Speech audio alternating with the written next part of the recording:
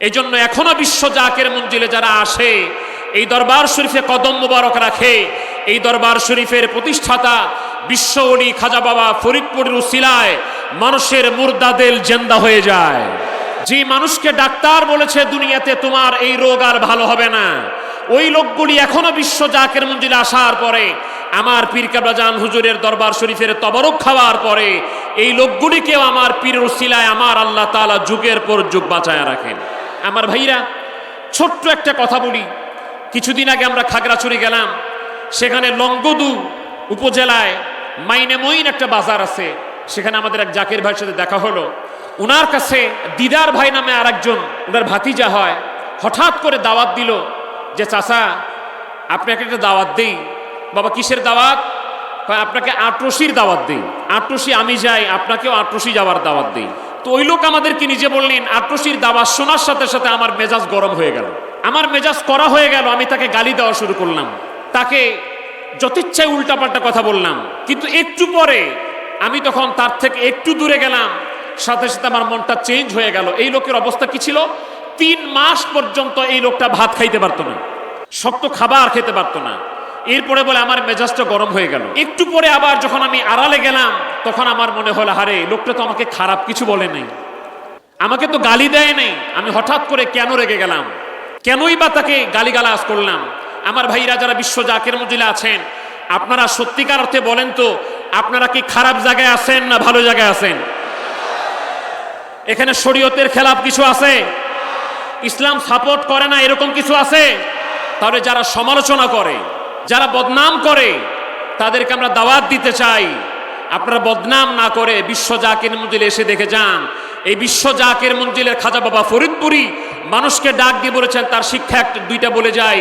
তিনি বলতেছেন, বাবা যেই শিক্ষা আপনাদেরকে দেওয়া হইতেছে, বাবা যেই দিক নির্দেশনা আপনাদেরকে দেওয়া হইতেছে, তদ অনুযায়ী যদি চলতে পারেন বাবা, তাহলে দুনিয়াতে থাকতে আপনারা আল্লাহ ওয়ালা হয়ে কবরে যেতে পারবেন। বাবা যেই দিক নির্দেশনা আপনাদেরকে দেওয়া হইতেছে, বাবা তদ অনুযায়ী যদি চলতে পারেন, বাবা দুনিয়াতে থাকতেই নগদ বেহেশত কামাই করে কবরে শুইতে পারবেন। তার নমুনা, তার আমল এই বিশ্ব জাকের মঞ্জিলে আছে না? 5 ওয়াক্ত নামাজ আল্লাহর দেওয়া ফরজ। আল্লাহ রাব্বুল আলামিন হাদিসে কুদসিতে সহিহ বুখারী শরীফের 963 পৃষ্ঠার মধ্যে বলেন, ফরজ ইবাদত করবা। ফরজ ইবাদতের পাশাপাশি নফল বন্দেগী যখন তুমি করবা, ওয়া ইয়াতাকাররাবু ইলাইয়া বিন নওয়াফিল, বান্দারে তুমি যখন ফরজ বন্দেগীর পাশাপাশি নফল বন্দেগী করবা, নফল ইবাদত করবা, এই নফল বন্দেগীর মাধ্যমে আমি আল্লাহ পাক তোমাকে আমার বন্ধু বানায়া নৈকট্য দান করে দেব। এই নফল বন্দেগী শিক্ষা দিয়েছেন খাজা বাবা ফরিদপুরি। রাত্র 3টার পরে উঠে আমার আল্লাহ তাআলাকে ডাকা নফল বন্দেগী শিক্ষা দিয়েছেন খাজা বাবা ফরিদপুরি। পাক কালাম ফাতিহা শরীফ নফল বন্দেগী শিক্ষা দিয়েছেন খাজা বাবা ফরিদপুরি। এশার নামাজের পরে 500 বার দুরূদ শরীফ নফল বন্দেগী শিক্ষা দিয়েছেন খাজা বাবা ফরিদপুরি। সকালবেলা 700 বার খতম শরীফ নফল বন্দেগী শিক্ষা দিয়েছেন খাজা বাবা ফরিদপুরি। দৈনিক 6 রাকাত নফল নামাজ। তাহলে বিশ্ব জাকের মঞ্জিলে যা আমল শিক্ষা দেওয়া হয়, এগুলি মানুষ যদি আমল করে, শুধু বেহেশত না, বেহেশতের মালিক আমার আল্লাহরে পাওয়া যায়। তাহলে এই আমলগুলি আমাদের করার দরকার আছে না নাই? তাহলে আটটুসি খালি আসলাম আর গেলাম, তবরক খাইলাম আর চলে গেলাম, এটাই না। খাজা বাবা ফরিদপুরে আমাদেরকে যা শিক্ষা দিয়েছেন, এগুলি আমল করার দরকার আছে না নাই? একটু হাত তুলে বলেন, আছে না নাই? তাহলে আমাদের তরিকার আমল করতে হবে কি না? 5 ওয়াক্ত নামাজ বাদ দিয়া 5 ওয়াক্ত নামাজ পড়তে হবে না? নামাজ পড়া কার হুকুম? নামাজ পড়া 1 নাম্বার আল্লাহর হুকুম, 2 নাম্বার দয়ার নবীর হুকুম, 3 নাম্বার খাজা বাবা ফরিদপুরি বলেন, বাবা যারা আমার মুরিদ তারা নামাজ কাজা করবে না, যারা আমার মুরিদ তারা দুরূদ শরীফ নিয়মিত পড়বে, যারা আমার মুরিদ তারা খতম শরীফ পড়বে। অতএব একজন আল্লাহর ওলির কাছে আসার সবচেয়ে বড় বেনিফিট হলো ওই আল্লাহর ওলি আল্লাহর কাছ থেকে, নবীর কাছ থেকে আমাদেরকে যা এনে দিয়েছেন, সেটা আমরা যদি জীবনে বাস্তবায়ন করতে পারি, তাহলে ওই আল্লাহর ওলির দাওয়াত আমরা পরিপূর্ণ আমল করলাম, তদনুযায়ী জীবন পরিচালিত করতে পারলে খাজা বাবা ফরিদপুরি বলেন, বাবা নগদ বেহেশত কামাই করে নিতে পারেন যদি আপনারা আমার কথা মতো চলে। ভাইরা আমার, তো ওই লোক দিদার সাহেবকে পরের দিন, অনেক লম্বা কথা, আমি 2-1 মিনিটে শেষ করে দিচ্ছি। দিদার সাহেবকে বললো যে আজকে আর খুঁজে পায় নাই। পরের দিন এসে বলছে, দিদার তুমি আমারে তো খারাপ কথা বলো নাই, আটটুসির কথা বলছো, তুমি কি আমারে আটটুসি নিবা? বলো ঠিক আছে চাচা নিব। ভাড়া কত? ভাড়া হইলো 1500 টাকা। চাচা আপনি যদি যান তাহলে আপনার জন্য 1000 টাকা, 500 টাকা ডিসকাউন্ট। আমার জাকের ভাইদেরকে বলি, তরিকার অনেক খেদমত আমরা করি। যারা ধনবান আছেন, যারা বিত্তশালী আছেন, একটা গরিব মানুষ দরবার শরীফে আসতে চায়, আপনারা জানলে খুশি হবেন। মোহাম্মদ নামিয়া ভাইজান মুজাদ্দিদি খুশি হন, চাচা জান মুজাদ্দিদি খুশি হন। বিশ্ব জাকের মঞ্জিলে শুধু একাই আসলে না, উনারা খুশি হন যদি আপনি নতুন একটা মানুষকে সাথে করে দরবার শরীফে নিয়ে আসেন। তাহলে নতুন মানুষ আনার দরকার আছে না নাই? তাহলে যাদের একটু সমস্যা আছে তাদেরকে সহযোগিতা করে হলো আমরা যেন যারা সামর্থ্যবান তারা নতুন মানুষকে দরবার শরীফে নিয়ে আসি। তো বলে আপনি যদি আসেন তাহলে 500 টাকা ডিসকাউন্ট, 1000 টাকা আনবো। তো ওই লোক দরবার শরীফে আসছে, 3 মাস ধরে কিছু খাইতে পারে না। তো দরবার শরীফে আসছে, আসার পরে বাবু বাড়ি এখানে পুকুরে গোসল করছে। সে বললো আমার ঘুম আসতেছে, প্রচন্ড খিদা লাগলো, অন্যদিন খাইতে মন চায় না 3 মাস ধরে। তো আমাকে টিকিট দেওয়া হলো, খাবার মাঠে গেলাম। খাবার মাঠে যায় দেখি তবারক দিতেছে। কোনো ঝামেলা আছে? লাইন করে খায় না আদবের সাথে?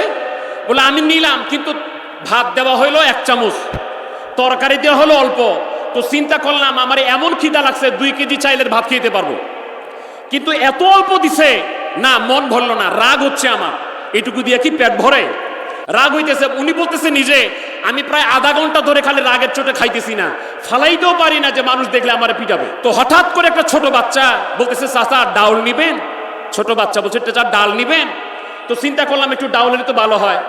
তো আমাকে ডাল দিল, ছিলাম দেখ একটু একটু বাড়ুক।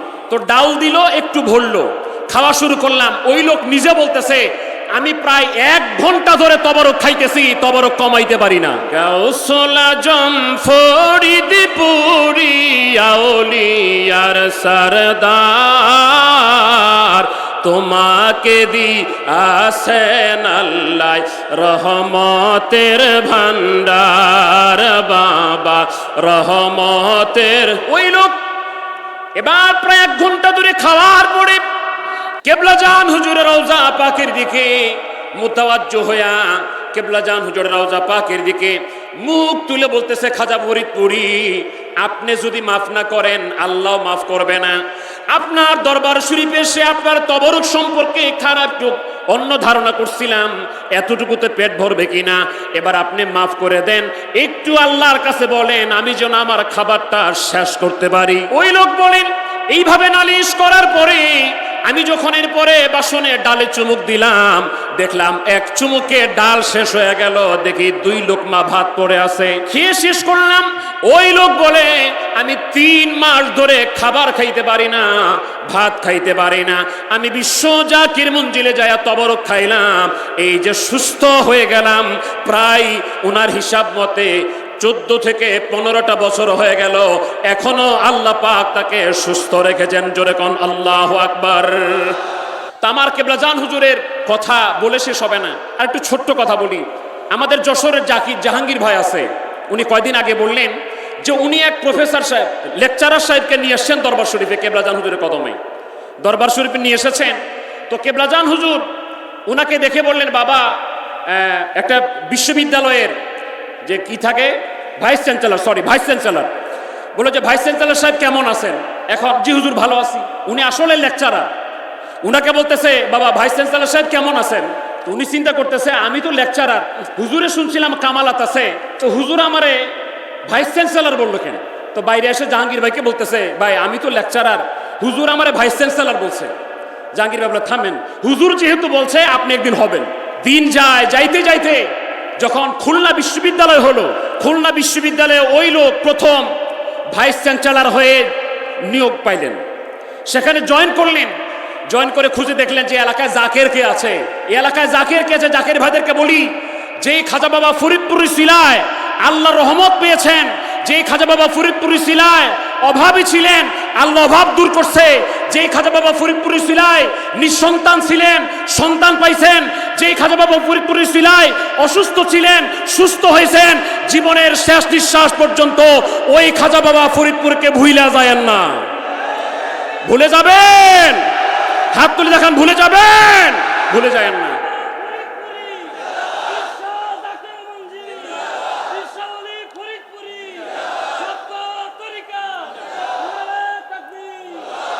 এবার উনি খুঁজতেছে জাকির কোথায়, কোথায় জাকির ভাই আসে, খোঁজ করে করে বললে এলাকায় তো জাহাঙ্গীর ভাই আসে। ওনাকে খবর দেওয়া হলো, জাহাঙ্গীর ভাই খুলনা বিশ্ববিদ্যালয়ের ভাইস চ্যান্সেলর সাহেব আপনাকে খুঁজতেছেন। ওই জাহাঙ্গীর ভাই চলে গেল খুলনা বিশ্ববিদ্যালয়ে, গেটের কাছে যায় দারোয়ানকে বলতেছে ভাইস চ্যান্সেলর সাহেবের সাথে একটু দেখা করবো, ওনাকে বলেন আমি একজন জাকের। আটটুসি যায়, যখন দারোয়ান যায় ভিসি সাহেবকে বলতেছে যে আপনার এক জাকের ভাই দেখা করতে আসছে। ভিসি সাহেব তখন মিটিংয়ে ছিলেন, কথা শোনার সাথে সাথে বলল এখন মিটিং বন্ধ, আমার পীরের দরবার থেকে একজন লোক আসছে, আজকে আর মিটিং হবে না। ভাইস চ্যান্সেলর মিটিং বন্ধ করে দিয়া নিজে চেয়ার থেকে নেমে গেট থেকে জাহাঙ্গীর ভাইকে রিসিভ করে ভিআইপি রিসিপশন দিলেন, এবং যতদিন বেঁচে ছিলেন ততদিন পীরের খেদমত করেছেন। আমার কেবলাজান হুজুর আমাদের জীবনে যে অবদান রেখেছেন, আল্লাহ পাক যেন আমার পীরের অবদান স্মরণ করে তিনার কদম ধরে আল্লাহ পর্যন্ত আমাদেরকে পৌঁছার তৌফিক দান করেন, আমরা বলি আমিন। এই জন্য আমরা যেন নিজেরাও আসি, কেবলাজান হুজুর অবদান যেন না ভুলে যায়। নতুন যত মানুষ পাই আমরা ইনশাআল্লাহ দরবার শরীফে নিয়ে আসবো। আমরা বিশ্ব জাকির মঞ্জিলে একাই আসবো না, এলাকার মানুষকে নিয়ে আসবো। তো যে নিয়ামতের সন্ধান আমরা জাকির মঞ্জিলে পাইছি এটা অন্যকে জানানো দরকার না? এই জন্য বাড়ি বাড়ি, এলাকায় এলাকায়, মহল্লায় মহল্লায় মাহফিল করে, মিলাদ করে করে, জাকির মঞ্জিলের প্রোগ্রাম করে করে আমরা জানাই দিতে চাই আমরা এই বিশ্ব জাকির মঞ্জিলে যা শিখেছি ওইটা আমল করি।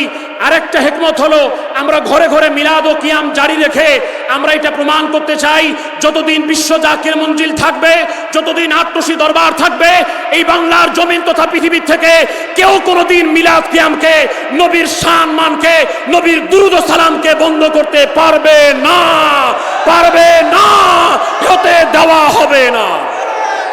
ওয়া আখিরি দাওয়ানা আনিল হামদুলিল্লাহি রাব্বিল আলামিন।